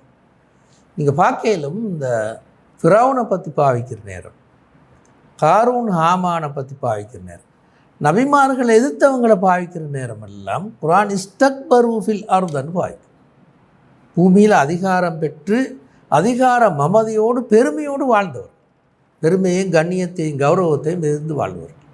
இவங்களோட உள்ளமும் கடுமையாக இறுகிப்போம் என்ற எப்போவுமே அதிகாரம் மனுஷனை போதை கொள்ள செய்வதில் பயங்கரமானது. எனவே கண்டிப்பாக அந்த மாதிரி மனிதர்கள் இறுகி போவாங்க. லேசியில் இறை வழிகாட்டில் அவங்க ஏற்றுக்கொள்ள போகிறதில்லை. அதைத்தான் குர்ஆன் இங்கே அல் காசியத்து குலூபுஹும் அப்படி இங்கே பாவிச்சு. எனவே இந்த நாங்கள் ஏற்கனவே தலைப்பில் சொன்னது மாதிரி உள்ளத்தில் இந்த ரெண்டு நிலைகள் தான் குர்ஆன் இந்த வசனங்களில் எங்களுக்கு சொல்லுது. இப்போ நாங்கள் அடுத்த வசனத்துக்கு வந்தால், இப்போ பாருங்க, நீங்கள் முதலாம் வசனத்தில் என்ன பார்த்தீங்கன்னா, அல்லாஹ்வுடைய படைப்பினங்கள் ரெண்டை சொல்லி, அல்லாஹ்வுடைய படைப்பினங்கள் அதன் ரெண்டு இயக்கத்தையும் சொல்லி, ரெண்டு வகையான இயக்கத்தை, ஒன்று தண்ணி இன்னொன்று தாவர் இயக்கத்தையும் சொல்லி, இது கண்டிப்பாக மனிதனுடைய விழிப்பு கொள்ள செய்யும் அப்படின்னு சொல்லிச்சு. இது ஒரு பாது சரியா. அதுக்கு அடுத்து எப்படி குர்ஆன் வந்தது என்றால், இந்த ஆயத்துக்கு முந்தின வசனம் என்ன வந்தது என்றால், மனிதர்களில் சிலர் நேர்வழியை பெறுவார்கள், சிலர் பெற மாட்டார். நேர்வழியை பெறாதவன் யாரென்றால் அல் காசியத்து குலூபுகும், உள்ளம் இறுகி போன மனுஷனுக்கு தான் இந்த நேர்வழி கிடைக்கிறது இல்லை. உள்ளம் இறுகி போகிறண்டா ஒன்று பாவச்செயல்களிலே மூழ்கி, பாவச்செயல்கள் இயல்பாக மாறிப்போனவன் உள்ளம் இறுகி போயிடும். ரெண்டாவது, அதிகார மமதையில் மூழ்கி பெருமைப்பட்ட நிலையில் மூழ்கி போனவனுக்கு நன்மை தீமைகள் விளங்காத ஒரு நிலைக்கு அவன் போய் சேர்ந்துடும். அவங்களுக்கும் இந்த நேர்வழி கிடைக்கிறது. இதுதான் ரெண்டு இது உண்டு. குர்ஆன் சொன்னால் ரெண்டு பாதி. இப்போ பாருங்க, குர்ஆன் அடுத்து வருது என்னென்னா, குர்ஆனை பற்றி சொல்லும். இந்த ஆயத்து குர்ஆனை பற்றி சொல்லும். அப்போ குர்ஆன் என்ன இங்கே சொல்ல வாரண்டா, அல்லாஹ்வுடைய படைப்பினங்களை விழிப்புணர்வோடு பார்க்குற மனுஷனும் நேர்வழி பெறுவான். குர்ஆனுடைய ஆயத்துக்களை ஓதுகிற மனுஷனும் நேர்வழி பெறுவான். இதுதான் இங்கே குர்ஆன் சொல்ல வர முக்கியமான கருத்து. அதனால தான் நீங்கள் பார்க்கையிலும் உலக வரலாற்றில் இன்றைக்கும் அன்றைக்கும் எப்போவும் அல்லாஹ்வுடைய வழிகாட்டல் கிடைக்காத மனிதர்களும், அதை வகை கிடைக்காத மனிதர்களும், நான் சொல்ல வரேன், வகை கிடைக்காத மனிதர்களும் இறை நம்பிக்கையோடு இருந்திருக்கிறார், நல்ல மனிதர்களாக வாழ்ந்திருக்கிறார். வரலாறு முழுக்க நாங்கள் காண்ற ஒரு உண்மை, இன்றைக்கும் உள்ள ஒரு பெரிய ஒரு உண்மை. நல்ல மனிதர்களாகவும் மனிதநேயம் மிக்கவர்களாகவும் திரும்ப ஏதோ அவங்களுக்கு விளங்கின முறையில் அல்லாஹ் பயப்படுபவர்களாகவும் கண்டிப்பாக உலகத்தில் இன்றைக்கும் அன்றைக்கும் எப்போவுமே இருந்திருக்கிறாங்க. அதோண்டு அதுதான் இந்த முன் துண்டு சொன்னேன். நீங்கள் இந்த இன்னொரு ஆயத்து உதாரணமாக சொல்கிறதா இருந்தால் சூரத்து ஆல இம்ரான் அந்த கடைசி பகுதியில் இன்னஃபி ஹல்கி சமாவாத்தி அர்த், இந்த கடைசி பகுதியில் குர்ஆன் என்ன சொல்லுதுன்னா முதலாவது அல்லாஹ்வுடைய அத்தாட்சிகளை தான் சொல்லிட்டு அடுத்த பாதையில் என்ன சொல்ல வருதுன்றா அந்த அத்தாட்சியை பார்த்து மனிதன் நல்லா இறை பயத்தை கொள்வான் என்று சொல்லு. நான் அந்த ஆயத்தில் மோதி காட்ட தேவையில்லை உங்களுக்கு, தெரியும் உங்களுக்கு. அதே கருத்து தான் குர்ஆன் இங்கே சொல்லுது. ஒன்று இறை படைப்பினங்கள் அவதானித்து மனிதன் விழிப்புணர்வு பெற முடியும். 2 குர்ஆனை படித்து வருவனும் அதே விழிப்புணர்வுக்கு வருவனும். அப்போ குர்ஆன் எப்படி அதை சொல்லுதுன்னு பாருங்கள். அல்லாஹு நஸ்ஸல அஹ்ஸன் அல் ஹதீஸ், அல்லாஹு தாலா மிகவும் அழகான உரையை இறக்கியிருக்கிறார். ஹதீஸ் என்றால் பேச்சு தானே, பேசுகிறது. இப்போ குர்ஆன் 2, குர்ஆன்ன்றது நாங்கள் சொல்கிறது 2 துண்டு. ஒன்று அது ஒரு உரை அல்லது அது பேசுகிறது, ஓதுறதுன்னு நாங்கள் சொல்லுவோமே, அது ஒரு உரை. 2 அது ஒரு எழுத்து அல்லது நாங்கள் சொல்லுவோமே புத்தகம். இந்த 2 வடிவங்கள்லையும் குர்ஆன் இருக்கு. அப்போ குர்ஆன் முதலாவது இங்கே சொல்லுதோ அல்லாஹு அன்ஸல அஹ்ஸன் அல் ஹதீஸ், அல்லாஹ் மிகவும் அழகிய உரையை இறக்கியிருக்கிறார். அப்படின்னா ஓத கேட்டுக்கொண்டிருக்கிற நேரம் அதனால் 2 பாதிப்புகள் வரும். ஒன்று அது கண்டிப்பாக காதை ஈக்கும், நல்ல ஒரு இசை அமைப்புன்னு அது இருக்குது. திரும்ப உள்ளத்தில் ஒரு தாக்கத்தை அது தரும். அப்படியான ஒரு இசை அமைப்பு தான் கொண்டிருக்கு. நாங்கள் உதாரணத்துக்கு விளங்கப்படுத்துக்காக சொல்கிறேன், வித்தியாசம் எடுக்க வேணாம். ஒரு பாட்டு ஒன்று கேட்டால், ஒரு மியூசிக் ஒன்றை கேட்டால் கண்டிப்பாக ஒரு பாதிப்பு வரும். அது ஒரு ஸ்பீச்சாக இருந்தால் வராது அவ்வளோ தூரத்துக்கு. ஒரு ஆள் ஸ்பீச் ஒன்று செய்கிறாரு வைங்களே, அப்போ அது அவ்வளோ தூரத்துக்கு அதான் மனத்தாக்கம் குறைவாதான், இல்லைன்னு சொல்ல வரல. ஆனால் அதே ஒரு பாட்டாக சொன்னால், ஒரு மியூசிக்காக சொன்னால் அதோட தாக்கம் கூட இல்லையா? அவங்களுக்கு தெரியும் குர்ஆன் ஒரு வகையான, அப்படி சொல்கிறத பிள்ளையாக விலகிக்கொள்ள வேணாம், குர்ஆன் ஒரு வகையான இசை அமைப்பில் தான் குர்ஆன் இருக்குது. அதைத்தான் குர்ஆன் இங்கே சொல்ல வந்தது. ஒன்று குர்ஆன் நஸ்ஸல அஹ்ஸன் அல் ஹதீஸ், மிகவும் அழகான உரையை அல்லாஹ் இறக்கி இருக்கிறார். இது ஒரு அது உரை வடிவத்தில், அழகான உரை வடிவத்தில் இருக்குது. உரை வடிவம் அல்ல, அழகான உரை வடிவத்தில் இருக்குது. அந்த அழகான சொற்பிரயோகத்தை நான் உங்களுக்கு இப்போ அப்படி விளங்கப்படுத்தேன். 2வது கிதாபன், அது ஒரு புத்தகமாகவும் இருக்குது. அப்படின்னு பாருங்க, அல்லாஹு நஸ்ஸல அஹ்ஸன அல் ஹதீஸ், அல்லாஹு நஸ்ஸல கிதாபன். சரியா? அல்லாஹ் ஒரு நூலாகவும் ஒரு புத்தகமாகவும் அதை இறக்கியிருக்கிறான். அப்படின்னா வெறும் அந்த அழகான ஒரு உரை வடிவம் மட்டுமல்ல, ஒரு புத்தக வடிவமும் கூட. எப்படியான புத்தக வடிவம்டா முத்தஷாபிஹன் மசானி, அதுக்கு 2 பண்பு இருக்குது. ஒன்றோடு ஒத்து இருக்கும். அப்படின்னா பொருள் விளங்குதா, முரண்பாடு இருக்காது. நாங்கள் சூரத்து பக்ரா ஓதி போட்டு சூரத்து தலாக் ஓதினால் அல்லது வேறொரு சூறா ஓதினால் இந்த கருத்தொற்றுமையொன்று இருக்குது. ஒன்றுக்கொண்டு முரண்பாடாக அது இருக்காது. அதன் முத்தஷாபி என்ற கருத்து ஒற்றுமையும் பொருத்தப்பாடும் வசனங்கள் ஓட்ட பொருத்தப்பாடும் இதெல்லாமே முத்தஷாபிகன் ஒரே அமைப்பு கொண்டதாக அது இருக்கும். திரும்ப மசானி, விஷயங்களை திருப்பி சொல்லக்கூடியதாக குர்ஆன். அப்படின்னா வழங்குது அவங்களுக்கு திருப்பி சொல்கிறேன்டா என்னண்டா, இப்போ இந்த உங்களுக்கு தெரியும் மர்ம நாளை பற்றி ஒரு குறிப்பிட்ட சூறால் இல்லை, பல சூறாக்கள். அல்லாஹ்வை பற்றி ஒரு குறிப்பிட்ட சூறால் ஒரு 10 வசனத்தில் இல்லை, எல்லா சூறாக்கள்லேயும் இருக்குது இல்லையா? அதை நாங்கள் பார்க்குறோம். சொல்கிற நபிமார்கள் வரலாறு ஒரு குறிப்பிட்ட சூறால் இல்லை, ஒரு தொகை சூறாக்கள் இருக்குது. சில நேரத்தில் ஒரு நபியோட வரலாறு பல சூறாக்கள் சிதறி போயிருக்கு. மூசா அலைஹிஸ்ஸலாம் அவங்களோட வரலாறு எடுத்துக்கொண்டால் நிறைய சின்ன சூறாக்கள், நாசியாத், இந்த சின்ன சூறாவில் கூட மூசா அலைஹிஸ்ஸலாம் அவங்களோட வரலாறு அல் அத்தாக்கா ஹதீஸ் மூசா இது நாதா ரப்புஹு பில்வாதில் முக்கத்தஸ் துவா என்று வருது சூரத்து நாசியாத்தில் ஒரு சின்ன சூறா. பிறகு கசஸில் இருக்குது, ஆராஃபில் இருக்குது, இப்படி பல சூறாக்களில் ஒரே ஒரு நபியோட வரலாறு சிதறி இருக்குது. இப்ராஹிம் எடுத்துக்கொண்டால் இப்ராஹிம் அலைஹிஸ்ஸலாம் அவங்களோட சொல்லி இருக்கிற ஆயத்துக்கு திரட்டினீங்கன்னா 100 சொச்சம் வசனங்கள் வரும். நான் திரட்டி சொல்கிறேன், 100 சொச்சம் வசனங்களில் இப்ராஹிம் அலைஹிஸ்ஸலாத்தை பற்றி சொல்கிறேன். அப்போ ஏனெண்டா பல சூறாக்களில் சிதறி இந்த இப்ராஹிம் அலைஹிஸ்ஸலாம் சொல்லி, இதே மாதிரி நூஹ் அலைஹிஸ்ஸலாம், இந்த 3 நபியும் நூஹும் மூசாவும் இப்ராஹிம் அலைஹிஸ்ஸலாம், இந்த 3 நபிமார்களோட வரலாறையும் குர்ஆன் நிறைய முறை சொல்லிருக்கு. மற்ற நபிமார்களில் வரலாறு ஒரு முறை 2 முறை 3 முறை சொல்லியிருக்கு. ஆனால் இந்த நபிமார்களில் வரலாறு அப்படி இல்லை. அதுக்கான நியாயங்களுக்கு நாங்கள் இப்போ பார்க்குற நோக்கம் இல்லை. இப்போ என்ன சொல்ல வரேன்னா, மசானி திருப்பி திருப்பி சொல்லக்கூடியதாகவும் குர்ஆன் இருக்கு. ஆனால் நீங்கள் பாருங்கள், குர்ஆன் ஒரு ஆகப்பெரிய விசேஷத்தை பாருங்கள், சட்டங்களை திருப்பி திருப்பி சொல்லாது. சொல்லி பாருங்கள், எங்கேயாலும் திருப்பி திருப்பி சொல்லிக்க இல்லை. இப்போ தலாக்குடைய சட்டங்கள் எடுத்துக்கொள்ளுங்களேன். சூரத்துல் பக்கராவில் சொன்ன தலாக்குடைய சட்டங்களை சூரத்து தலாக்கில் சொல்லலை, வேறு விஷயங்களை சொல்கிறேன். அங்கே சொல்லப்படாத தலாக் சட்டங்கள் அதுதான் சூரத்து தலாக்கில். ஏதாலும் ஒரு சட்டத்தை குர்ஆன் 2 முறை சொல்லிக்கினா தொழுகையே மட்டும்தான், தொழுகையும் ஜக்காத்தையும் மட்டும். அதுவும் சட்ட விளக்கம் அல்ல, திருப்பி திருப்பி சொல்லிக்கிறா செய்யுங்கோன்.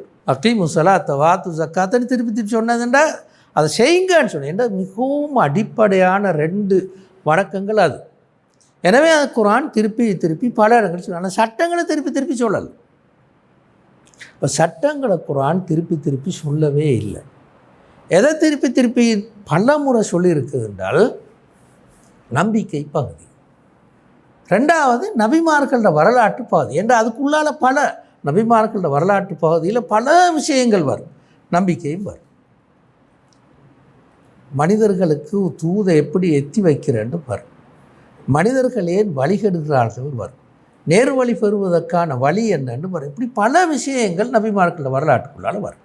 எனவே அதை திருப்பி திருப்பி குர்ஆன் சொல்லும். உங்களுக்கு தெரியும், ஒரு விஷயத்தை மனுஷன் உள்ளத்தில் ஆழமாக பதிக்கணும்னா அதுக்கு ஒரு மிகவும் நல்ல வழி திருப்பி திருப்பி சொல்கிறது.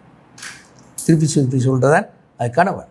ஆனால் குர்ஆன் திருப்பி திருப்பி சொல்கிற மெத்தட் என்னென்னா, ஒரு முறை சொன்னால் அதே மாதிரி இன்னொரு முறை சொல்லாது. அது உதாரணமாக வச்சுக்கொள்ளுங்க, சூரத்து நபாவில் மர்ம நாளை பற்றி சொல்லி, சூரத்து நாசியாத்துலேயும் சொல்லிருக்கு, அபசையிலையும் சொல்லி, தக்வீர்லேயும் சொல்லிருக்கு, அந்த திரும்ப தாரிக்லேயும் சொல்லிருக்கு. 5 சூறாவை எடுத்து பாருங்க, 5 மாதிரி சொன்னது மர்ம நாள் தான், ஆனால் சொன்ன மெத்தட் வித்தியாசமாக ஒரே விஷயத்தை பல ஒழுங்குகள்ன்ற சொல்கிறது குர்ஆன் ஒரு முக்கியமான விசேஷமான ஒரு பண். அப்போ நாங்கள் இங்கே சொல்ல வர என்னென்னா, அதுதான் மசானின்னு சொல்கிறோம். அப்போ தான் மனுஷன் உள்ளத்தில் ஆழமாக பதியும் இந்த கருத்து, குர்ஆன் சொல்ல வர கருத்து. எல்லா முஸ்லீம்களுக்கும் மர்மனால பற்றி ஒரு நடுக்கம் ஒன்று இருக்கிறது. கடைசியாலும் அது வந்துடும், ஒரு 50 வயசு கழிஞ்சத்துக்கு பிறகாலும் அது வந்துடும். ஏன்னா அவ்வளோ கதை கேட்டிக்கிற முஸ்லீம்கள் திருப்பி திருப்பி பல இடங்களில் பல ஆயத்தில் கூட கேட்டு நேரடியாகவே குர்ஆனை வாசிச்சு விளங்கலுமா இருந்தால் இது எத்தனையோ மடங்கு கூட இருக்கும். அப்படி நேரடியாக நாங்கள் பார்க்குறதில்ல, அங்கங்கே கொத்துபாலை கேட்டு, அந்த பயானில் கேட்டு, இந்த புக்கில் வாய்ச்சி அப்படி கேட்டு தான் இந்த மனப்பாதி திருப்பி திருப்பி வந்ததுனால. அதே நேரடியாக குர்ஆனில் வாய்ச்சி இப்போ ஆக்குறது அந்த மனப்பதிவு இன்னும் கூட இருக்கும். எனவே தான் இந்த மசானி என்ற சொற்பிரயோகத்தை அல்லாஹ் தஆலா பார்த்து, இது 3ம் ஒன்று குர்ஆன் ஒரு அழகான வார்த்தை பிரயோகம் அல்லது ஒரு ஒரு ஒரு சவுண்ட், ஒரு உரை. 2 குர்ஆன் ஒரு முரண்பாடு அற்ற மிகவும் நல்ல ஆழ்ந்த இணக்குப்பாடு கொண்ட ஒரு நூல். 3 குர்ஆன் விஷயங்களை திருப்பி திருப்பி சொல்லக்கூடிய ஒரு நூல். இந்த 3மே நாங்கள் விளங்குறதுக்கு மிச்ச தூரம் போகும். நான் சரியான மாதிரி சுருக்கமாக சொன்னாலும் இதுதான் உண்மை.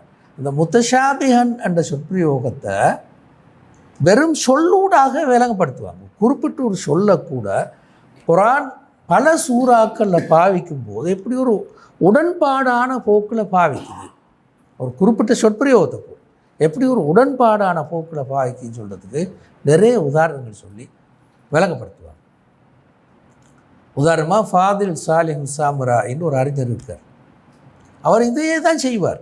என்னென்னா, குறிப்பிட்ட ஒரு சொற்பிரயோகத்தை குரான் எப்படி சரி நுணுக்கமாக ஒரே மெத்தடில் பாவிக்கும்.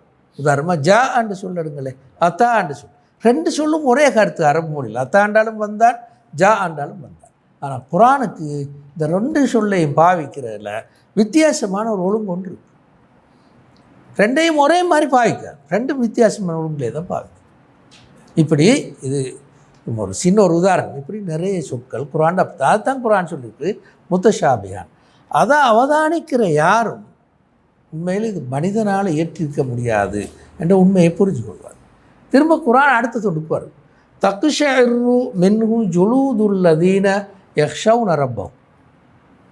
யார் அல்லாஹ்வை பயப்படுகிறார்களோ, தங்களுடைய இரட்சகனை பயப்படுகிறார்களோ, அவர்களுக்கு இந்த குரானை ஓத கேட்கும் போது அல்லது வாசிக்கும் போது உடல் புல்லரித்து போகும். தக்குஷரு மின்ஹு ஜுலூதுல்லதீன யக்ஷவுன ரப்பஹும் சும்மா தலீனு ஜுலூதுஹும் குலூபுஹும் இலா திக்ரில்லா.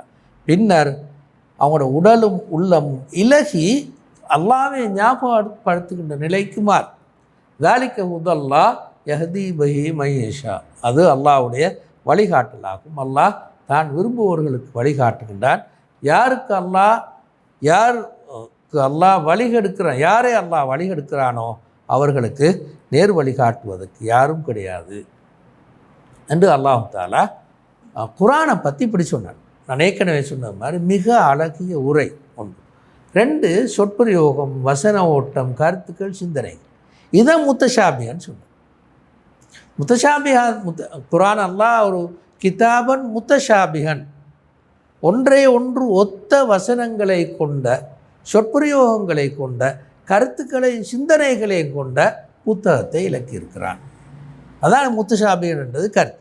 முத்தஷாபியன் என்றால் சொற்பிரயோக ஒருமைப்பாடு, வசன ஓட்ட ஒருமைப்பாடு, கருத்து சிந்தனைகள்னு ஒருமைப்பாடு. அதான் முத்தஷாபியன் என்ற சொற்பிரயோகத்துக்கு கருத்து. அப்போ அதை குரானை படிக்கிற யாரும் ஒன்று அந்த இசையால் கவரப்படுவார், 2 அந்த சிந்தனையாட அமைப்பால் கவரப்படுவார். எனவே இதன் காரணமாக அடுத்தது திருப்பி திருப்பி விளக்கும் குரான் போகும். ஒரு குறிப்பிட்ட விஷயத்தை ஒரு முறை சொல்லாமல் 10 முறை, சிலர்கள் 100 முறை, பல முறைகள் சொல்லி அல்லாஹ் தஆலா அந்த கருத்தை விளங்கப்படுத்தும். உதாரணமாக அல்லாஹை பற்றி குரானில் அல்லாஹ்ன்ற சொற்பிரயோகம் மட்டும் 2000 சொச்சம் முறை வந்துடும். சரியாக எனக்கு நம்பர் இப்போ ஞாபகம் வருது இல்லை, 2000 சொச்சம் அல்லாஹ்ன்ற சொற்பிரயோகம் வந்துடும். இது அல்லாஹ்ன்ற சொற்பிரயோகம் மட்டும். அல்லாஹ்வுடைய திருநாமங்கள்னு எடுத்து பார்த்தா இன்னும் எத்தனையோ மடங்கு குரானில் அந்த இப்படி திருப்பி திருப்பி விளக்குகின்ற தன்மையை அல் குரான் கொண்டிருக்கிறது. எனவே குரான் மூலமாக யார் குரானை கவனமாகவும் ரொம்ப சிந்தனையோடையும் பார்க்குறாங்களோ, அதானே குரானுடைய கருத்து. இந்த அலா குலூபின் அக்ஃபாலுஹா அஃபலா எத்ததப்பருன்னு குரான் சொல்கிறேன். குரான் ஒரு நாளும் வெறுமனே ஓதுங்கன்னு குரான் ஒரு இடத்துலையுமே சொல்லலை, எந்த இடத்துலையுமே சொல்லலை. குரான் வெறுமனே ஓதுங்கன்னு சொல்லலை. எங்கே குரானில் நீங்கள் அந்த குரான் ஓதுற என்ற சொற்பிரயோகத்தில் எடுத்து பார்த்தீங்களாலும் இந்த பிரயோகம் இருக்கும். விளங்கி ஆராய்ந்து புரிந்து ஓதுங்கன்னு தான் குரான் இருக்கு. அப்போ எனவே யார் குரானை காது தாழ்த்தி கேட்டு சிந்தனையோடு பார்த்தாங்களோ கண்டிப்பாக அவங்களோட உடல் புல்லரித்து போகும், சிலிர்த்து போகும். திரும்ப அந்த குரானோடு சேர்ந்து அந்த இசையை கேட்டு அந்த கருத்துக்களை கேட்டு உடலும் உள்ளமும் மிருது தன்மையை கொண்டு அல்லாஹ்வின் பால் நாட்டம் கொள்ளும் என்றதுதான் குரான் சொல்கிற கருத்து. அப்போ எனவே மேலே சொன்ன மாதிரி ஒன்று அல்லாஹ்வுடைய படைப்பினங்களை பார்த்து ஒரு மனிதன் நேர்வழி பெறலாம். 2வது குரானை பார்த்து ஒருவர் நேர்வழி பெறலாம்.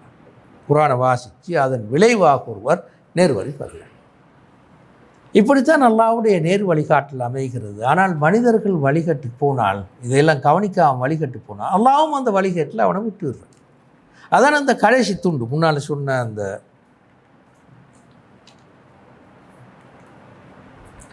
ஒமன் யுதலில்லாஹு ஃபமாலஹு மின்ஹாத், யார் அல்லாஹ் யாரை வழிகெடுத்து வருகிறானோ அவர்களுக்கு வழிகாட்டுவதற்கு யாரும் கிடையாது என்ற கருத்து என்னண்டா, அல்லாஹ்வா வழிகெடுக்கிற இல்லை, மனுஷன் வழிகட்டு போனான், அவனாக வழிகட்டு போனால் அல்லாஹ் அவனை வழிகட்டிலே விட்டுடுறான் என்ற குர்ஆன்ல ஏனைய வசனங்கள் எல்லாம் சேர்த்து பார்க்கும்போது நாங்கள் அந்த கருத்து தான் எடுப்போம்.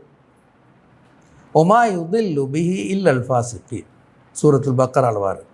யார் பெரும்பாவிகளாக இருக்கிறார்களோ அவர்களே அல்லாஹ் வழிகெடுக்கிறான்.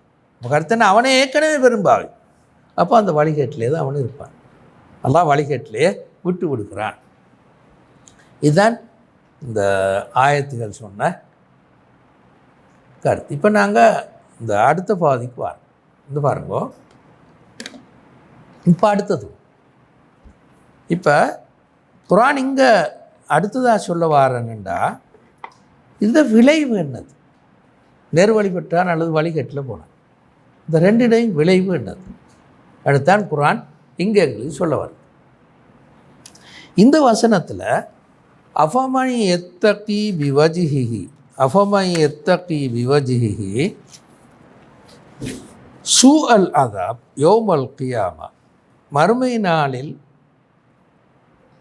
மோசமான தண்டனை, மிகவும் மோசமான தண்டனையை தன்னுடைய முகத்தினால் பாதுகாக்க முனைபவன் உடைய நிலைமை அல்லது அதுக்கு எதிரான சொர்க்கத்தில் இருக்கிற நிலைமை ரெண்டும் ஒத்ததாக இருக்குமா என்றதான் அந்த ஆயத்தில் கருத்து. மறுமை நாளின் கொடிய வேதனையை தன் முகத்தால் தடுக்க முயல்வோர்தான் யார் என்றதில் அடுத்தது நாங்கள் பார்த்துட்டிப்போம். இன்னும் அநியாயக்காரர்களிடம் நீங்கள் சம்பாதித்து கொண்டிருந்தவற்றை சுவையுங்கள் என்று கூறப்படும். அண்டு ஒகீல் லில்லாலிமீன தூப்பு மா குந்தும் தக்ஸிபு, நீங்கள் சம்பாதித்தவற்றை சுவையுங்கள் என்று கூறப்படும். இதன் மர்ம நாள்ன்ற நிலைமை. இதை குர்ஆன் எப்படி விளங்கப்படுத்திருக்குண்டா, ஏற்கனவே சொன்ன அந்த வழி தவறிய ஒரு நிலைமையைத்தான் குர்ஆன் இங்கே சொல்லுது. அது விளைவு இப்படியாக மாறும்னு சொல்லு. இப்போ தண்டனையை முகத்தால் தடுக்க முயலுதல் என்ன கருத்து? எப்போவும் நாங்கள் ஒரு அபாயம் ஒன்று வரும்போது முகத்தை தான் மூடிக்கொள்ளும் இல்லையா? ஒரு அபாயம் ஒன்று வரும்போது முகத்தில் படாமிக்கத்தான் பார்த்துக்கொள்வோம், வேற எங்கே பட்டாலும் பரவாயில்லைன்னு சொல்லி. இங்கே நரகத்தில் முகத்தாலாம் தடுப்பான், ஏனைய பாதையில் படக்கூடாதுன்னு சொல்லி. அதான் மறுமையில் இருக்கிற ஒரு வித்தியாசமான நிலைமை. என்ற உங்களுக்கு தெரியும், விலங்கிட்டுத்தான் நரகத்தில் போட்டுரு. நிறைய பல ஆயத்துகளின் படி விலங்கிட்டுத்தான் நரகத்தில் போட்டுரு. அப்போ மனிதனுக்கு முகத்தை தவிர வேறு ஒன்றுமே இல்லை, முகத்தை மூடிக்கொள்ளையலாம் அல்லது வேறு ஒன்றுமே செஞ்சு கொள்ளையலாது. அப்போ முகத்தை தான் நேரடியாக நரகம் தாக்கும் என்ற கருத்து தான் அல்லாஹ் தஆலா அஃபமன் யத்தகி பிவஜ்ஹிஹி சூஅல் அதாப் என்று பாவித்தது அந்த கருத்து தான். இது அநியாயக்காரர்கள் பெரும் தண்டனை. முன்னால் இருக்கிற அந்த வசனத்தில் வக்கீல் லில்லாலிமீன, அநியாயக்காரர்களுக்கு சொல்லப்படும் தூப்பு மா குந்தும் தக்ஸிபு, நீங்கள் சம்பாதித்தவற்றை அனுபவியுங்கள்னு சொல்லப்படும். இப்போ குர்ஆன் நரகத்துக்கு போகிறவர்களுக்கு அநியாயக்காரர்கள் சொற்பிரயோகத்தை பாவிச்சது. இது குர்ஆனில் நிறைய இடங்களில் இந்த லாலிம் என்ற சொற்பிரயோகத்தை குர்ஆன் நிறைய இடங்களில் பாவிக்கும். அது காரணம் என்ன என்று நாங்கள் பார்க்கும்போது பாருங்க, குர்ஆன்ட கருத்துப்படி, இப்போ நான் எல்லா இடங்களையும் எடுத்து உங்களுக்கு சொல்லலை, ஆனால் குர்ஆன்ட வார கருத்துப்படி லுல்மண்டது ஒன்று ஒரு மனிதன் அல்லாஹ்வுக்கு செய்கிற அநியாயம், அல்லாஹ்வுக்கு செய்கிற அநியாயம். அது என்ன? ஷிர்க் வைக்கிறது, அல்லாஹ்வை நிராகரிக்கிறது, இதெல்லாம் அல்லாஹ்வுக்கு செய்கிற அநியாயம். அதுக்கும் அது ஒரு அநீதியே. உலகத்துக்கு ஒரே ஒரு படைப்பாளன் இருக்கும்போதோ இல்லை இன்னும் பல படைப்பாளர்கள் இருக்கிறான்னு சொல்கிறது, அல்லது அல்லாஹ்வுக்கு மட்டும்தான் வணக்க வழிபாடுகளை செலுத்தணும் என்ற நியதி இருக்கின்ற நேரத்தில் இன்னும் பலரையும் கடவுள் அந்தஸ்துக்கு உயர்த்தி அவனை வணங்குறது அல்லாஹ்வுக்கு செய்கிற அநீதி. எனவே குர்ஆன் அதை இன்ன ஷிர்க லலுல்முன் அலீம் என்று சூரத்து லுக்மானில் சொல்கிற மாதிரி அல்லாஹ்வுக்கு செய்கிற அநீதி என்றது ஒன்று. 2, மனிதர்களுக்கு செய்கின்ற அநீதி. இது எங்களுக்கு சாதாரணமாக தெரிஞ்சது. அநீதின்றாலே அதுதான் எங்களுக்கு முதலாவது பாரு. ஒரு மனிதனுக்கு கேசுறது, அடிக்கிறது, காரணம் இல்லாமல் அவனுடைய சொத்தை பறிக்கிறது, இப்படியான வேலையில் நாங்கள் அநீதின்னு சொல்லுவோம். 3வது அநீதி, ஒரு மனிதன் தனக்குத்தானே செய்து கொள்ளும் அநீதி. அது என்ன? பாவங்கள் உண்மையில் அநீதி. ஒரு மனிதன் தனக்குத்தானே தண்ட ஆன்மாவுக்கு அவன் செய்கின்ற அநீதி. குர்ஆன் கருத்துப்படி அல்லாஹு தஆலா மனிதர்களை படைக்கும் போதோ அறிவை கொடுத்து ஆன்மாவை கொடுத்து படைச்சிருக்கு. அந்த ஆன்மாவை துப்புரவாக வைத்து கொள்வது மனிதன் கடன். பாவங்களை செய்து ஆன்மாவை அந்த பாவச் செயலுக்குள்ளால் மூழ்கடித்தால் ஆன்மாவுக்கு செய்கிற அநீதி, அல்லது அவன் தனக்குத்தானே செய்து கொள்கிற அநீதி. பாவங்கள் இந்த 3 வகையை சேர்ந்தார். இதுக்கு வெளியில் பாவங்கள் இல்லை இல்லையா? எனவே குர்ஆன் இதெல்லாமே அநீதி என்பதன் காரணமாக குர்ஆன் லுல்மன்ற சொல்லத்தை நிறைய இடங்களில் நீங்கள் அந்த குர்ஆனை வாய்ச்சி கொண்டு போகும்போது அவதானமாக பார்த்து கொண்டு போகும்போது இந்த 3க்குமே இந்த சொற்பிரயோகத்தை லுல் என்ற சொற்பிரயோகத்தை, லாலிப் என்ற சொற்பிரயோகத்தை குர்ஆன் பாவிச்சு. அதுதான் இங்கே நாங்கள் சொல்கிற ஒகீல லில்லாலிமீன தூக்கு மா குந்தும் தக்சிபு, நீங்கள் சம்பாதித்தவற்றை சுவையுங்கள். சம்பாதித்த வேண்டிங்கன்னு சொல்கிறது ஒன்று ஏற்கனவே சொன்ன அந்த அல்லாஹ்வுக்கு செஞ்ச அநியாயம், 2 மனிதர்களுக்கு செய்த அநீதி, 3 தனக்குத்தானே செய்து கொண்ட அநீதி. இதைத்தான் நீங்கள் உலகத்தில் சம்பாதிச்சிங்க, எனவே அதை அனுபவிங்க என்று அல்லாஹ் தஆலா மறுமையில் சொல்லுவோம். இப்போ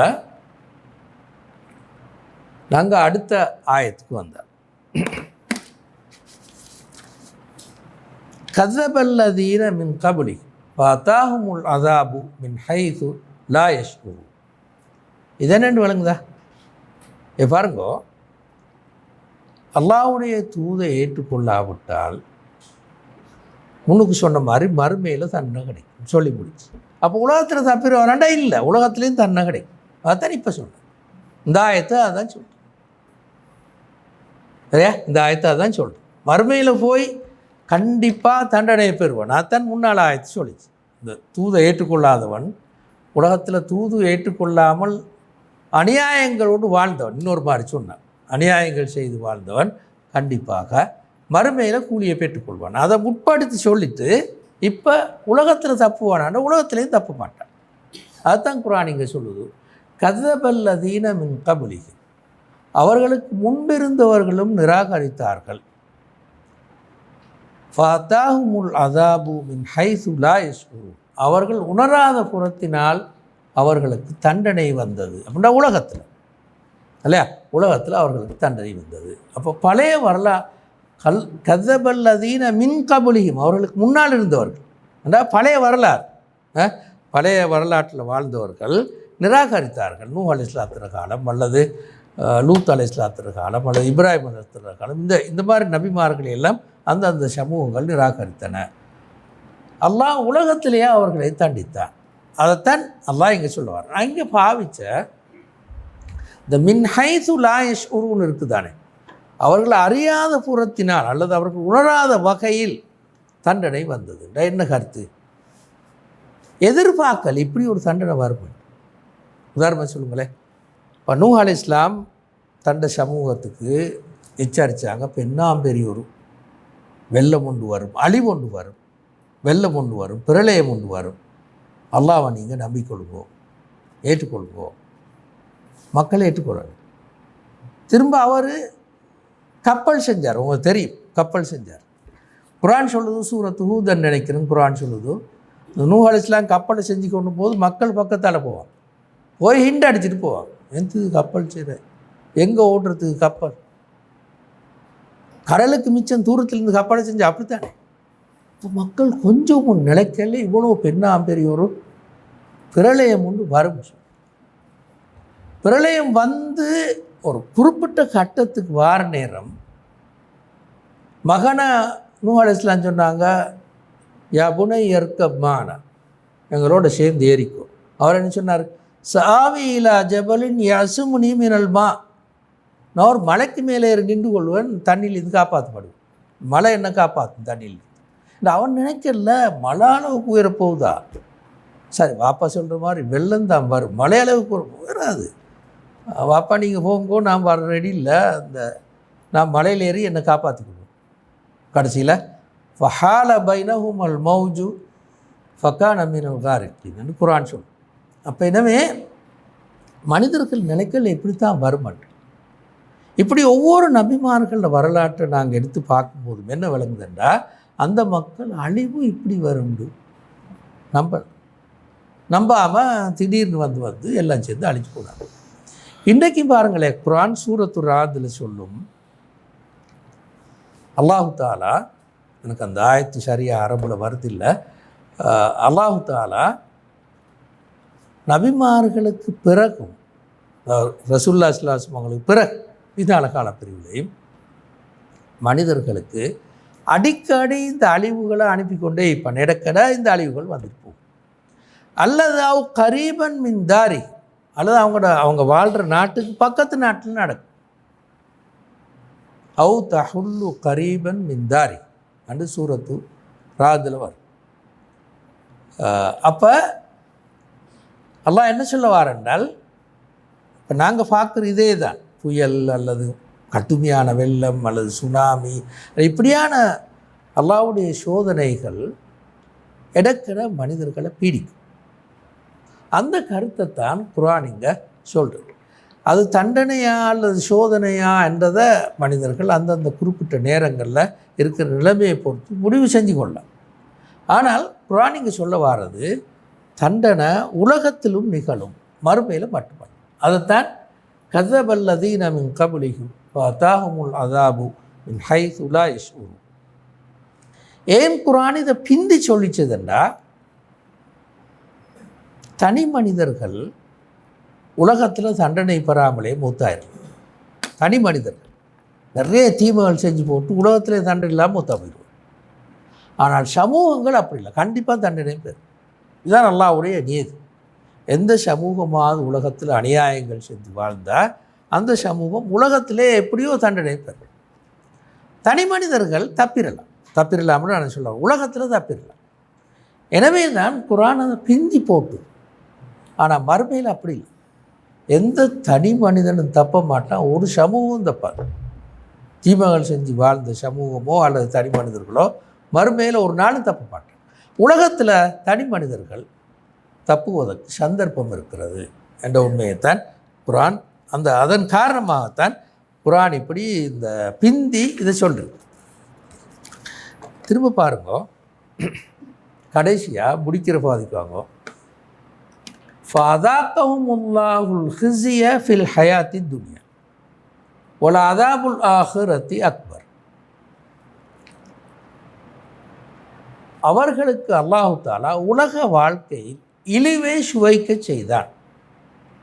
விளங்குதா? இப்போ நீங்கள் கவனமாக இந்த ஆயத்தை பாருங்கோ. முன்னால் வந்த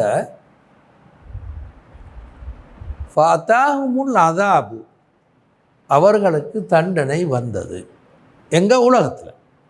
சரி, இப்போ அடுத்த வரியில் அடுத்த வசனத்தில் ஃபஅதாக்கஹுமுல்லாஹுல் ஹிஸ்ய அதாபன சொற்பிரயோகத்தை குர்ஆன் பாவிக்கல், தண்டனை என்ற சொற்பிரயோகத்தை பாவிக்கல். ஹிஸ்ய ஃபில் ஹயாத்தி துன்யா, உலக வாழ்க்கையில் இழிவை அவர்களுக்கு அல்லாஹ் சுவைக்க செய்வான் அப்படின்னு சொல்கிறான்.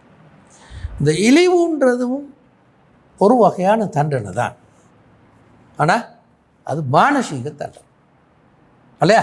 அது ஒரு மானசீக தண்டனை.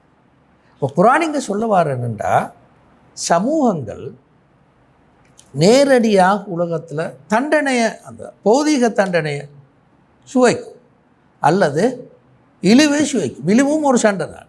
பெண்ணாம்பெரிய வல்லரசாய்ந்து அப்படியே விழுந்து. முந்தைய ஒரு காலத்தில் செங்கம்பளம் போட்டு வரவேற்றிப்பாங்க ஆளை. இந்த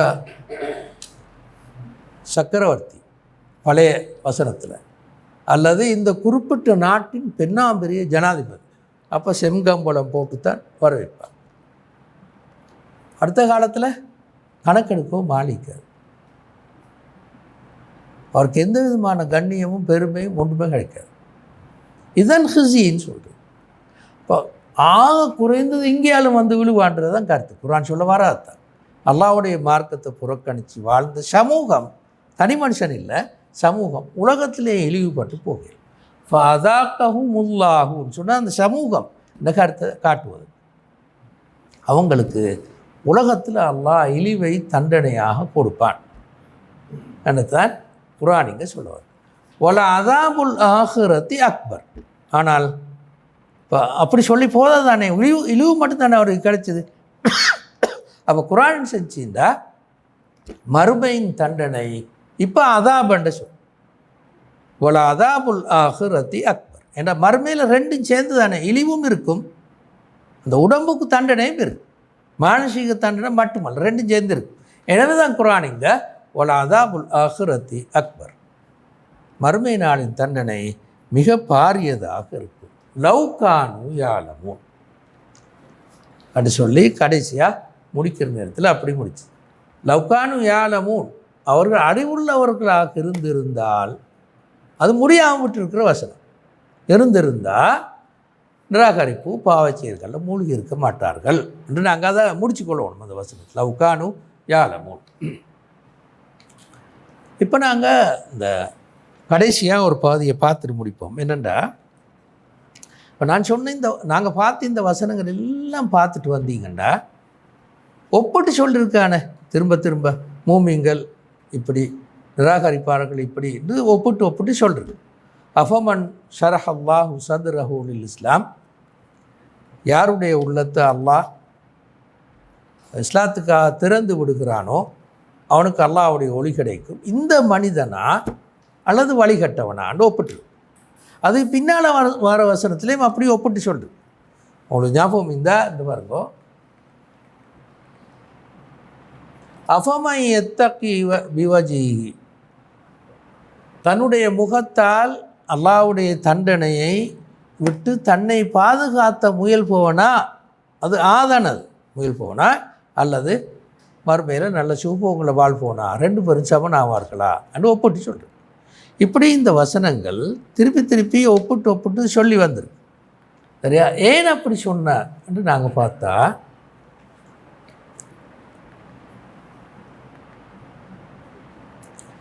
அல்லாஹு தாலா இந்த ஆயத்துக்கள் இறக்குற நேரத்தில் உலகத்தில் பலம் பெற்றவர்களாக நிராகரிப்பார்கள் இருந்தாங்க. அது சூரத்து சுமர், மக்கா சூறால், உலகத்தில் எல்லா வகையிலையும் பெரும்பான்மையாகவும், ரசூலுல்லாஹ்வும் ஒரு சின்ன ஒரு குரூப் தானே மக்கால, அவங்க பெரும்பான்மையாகவும் செல்வாக்கும் செல்வமும் எல்லாத்துலேயும் மேம்பட்ட ஆக்களாகவும் இருக்காங்க. இந்த நேரத்தில் முஸ்லீம்களுக்கு இருந்த ஒரு பெரிய ஒரு மனத்தாக்கம் என்னென்னா, என்னதான் இவர் நபியாக இருந்தாலும், என்னதான் இவர் குர்ஆன் இறங்கினா இருந்தாலும், என்னதான் இவர் நேர்வழியில் இருந்தாலும், நாங்கள் இப்படி தான் வாழ்கிறோம். அந்தாக்கள் 10 வருஷமாக பார்க்குறோம், அப்படியே இருக்கிறாங்க, அதே செல்வாக்கோடு அதே இதோடு இருக்கிறாங்க. அப்படித்தானே மக்கள், அப்படித்தானே 13 வருஷ காலமே தொடர்ந்து அப்படியே எல்லாருமே இருக்கிறார். மதீனாவுக்கு வந்தாலும் திரும்பவும் அப்படித்தான். ஒரு நீண்ட காலம் ஒன்று இன்னொரு 10 வருஷம் வைத்தது விளைவை காட்டுது. மதீனாவில் கடைசி காலப்பிரிவில் தான் மக்கா அப்படியே விழுந்தது, அவரே மக்கா விழலை. அப்படித்தானே? அப்போ இந்த மனக்கிலேசம் உண்டு முஸ்லீம்களுக்கும் இருந்து, அதோட நிராகரிப்பாளருக்கும் என்ன சொன்னாலும் எங்களை ஒன்றும் செய்யலாம், ஒரு நபியாக இருந்தாலும் சரி எதாக இருந்தாலும் சரி எங்களை ஒன்றும் செய்யலான்ற ஒரு மனப்பக்குவம் இருக்குது. இந்த சூழலில் தான் அல்லாஹ் தஆலா இந்த ஆயத்தில் இருக்கு. எனவே அப்போ என்ன குர்ஆன் சொல்ல வந்ததுன்றா, உலகத்தில் நீங்கள் இப்படி பார்த்தாலும் கூட மறுமையில் அவங்க பெறக்கூடிய தண்டனைகள் இப்படி தான் இருக்கும். உலகத்தில் எங்க கூட குறிப்பிட்ட காலத்துக்கு பின்னால் இழிவை பெறுவார்கள் அல்லது தண்டனையை பெறுவார்கள். இந்த உண்மையை உணர்த்துறதுக்காகத்தான் அல்லாஹ் தஆலா திருப்பி ஒப்பிட்டு சொல்லி வந்தார். அல்லாஹ்வுடைய நேர்வழியை பெற்றவர்கள் உயர்ந்தவர்களா, நேர்வழி கிடைக்காத உயர்ந்தவர்களா? இந்த உயர்ந்தவர்களான்னு கேட்குற நேரம் வார என்னென்னா, மனிதர்கள் உயர்ந்தவர்களுக்கு அனுப்பிட்டு எப்படி செல்வாக்கு செல்வம் இதுகள் உள்ளாகத்தான் உயர்வுன்னு கணிக்குது. இந்த கருத்து போக்க இல்லாமல் ஆக்கணுமென்றதுக்குத்தான் அல்லாஹ் தஆலா அல்லாஹ்வுடைய மார்க்கத்தை ஏற்றுக்கொண்டு அதன் மூலம் ஒளி பெற்றவன் உயர்ந்தவனா, அது ஒன்றுமே கிடைக்காதவன் உயர்ந்தவனான்னு ஒப்பிட்டது அதுதான். அதனால தான் திருப்பி இந்த வசனங்களில் அல்லாஹ் தஆலா ஒப்பிட்டு சொல்வதற்கான காரணம் இது. இதோட நாங்கள் இந்த பாதியை முடிச்சுக்கொள்கிறோம். அப்போ எனவே மனிதர்கள் ஏன் நேர் வழி பெறுகிறார்கள் இல்லை, என்ன வகையான மனிதர்கள் நேர் வழி பெறுகிறார்கள் என்ற ஒரு கருத்து சொன்னது இந்த ஆயத்தில் ஒரு பாதி. ரெண்டாவது, நேர் வழி பெறுவதற்கு 2 காரணங்கள் இருக்குது. உண்மையில் 2 உண்டு, ஆனாலும் அதை 2ஆக பிரித்து குர்ஆன் சொல்லுது. ஒன்று, அல்லாஹ்வுடைய படைப்பினங்களை பார்த்து அதன் மூலமாக அல்லாஹ்வை உணர்ந்து கொள்ளுதல் என்றது ஒரு பாதி இருக்குது. ரெண்டாவது, குர்ஆனோடு நேரடியாக தொடர்பு கொண்டோ அதன் மூலமாக நேர்வழியை பெறுபவர்கள் இன்னொரு பாதி இருக்குது. இந்த ரெண்டுமே சிலருக்கு கிடைக்கலும், எங்களுக்கு கிடைச்ச மாதிரி அல்லது நிறைய மனிதர்களுக்கு கிடைச்சது மாதிரி. சில நேரங்களில் ஒன்று மட்டும் கிடைக்கல. முன்னால் சொன்னால் இந்த நாங்கள் எடுத்துக்கொண்ட ஆயத்துக்களில் அந்த 21வது வசனம் சொன்னது மாதிரி அந்த பாதி மட்டும் சிலருக்கு கிடைக்கல. 2 மாதிரி அல்லாஹ்வுடைய நேர்வழி மனிதர்களுக்கு கிடைக்கல. இதுதான் இந்த ஆயத்துக்கள் சொன்ன கருத்து. இதோடு நான் முடிச்சுக்கொள்கிறேன். வாக்குத்தவானா அல்ஹம்துலில்லாஹி ரப்பில் ஆலமீன்.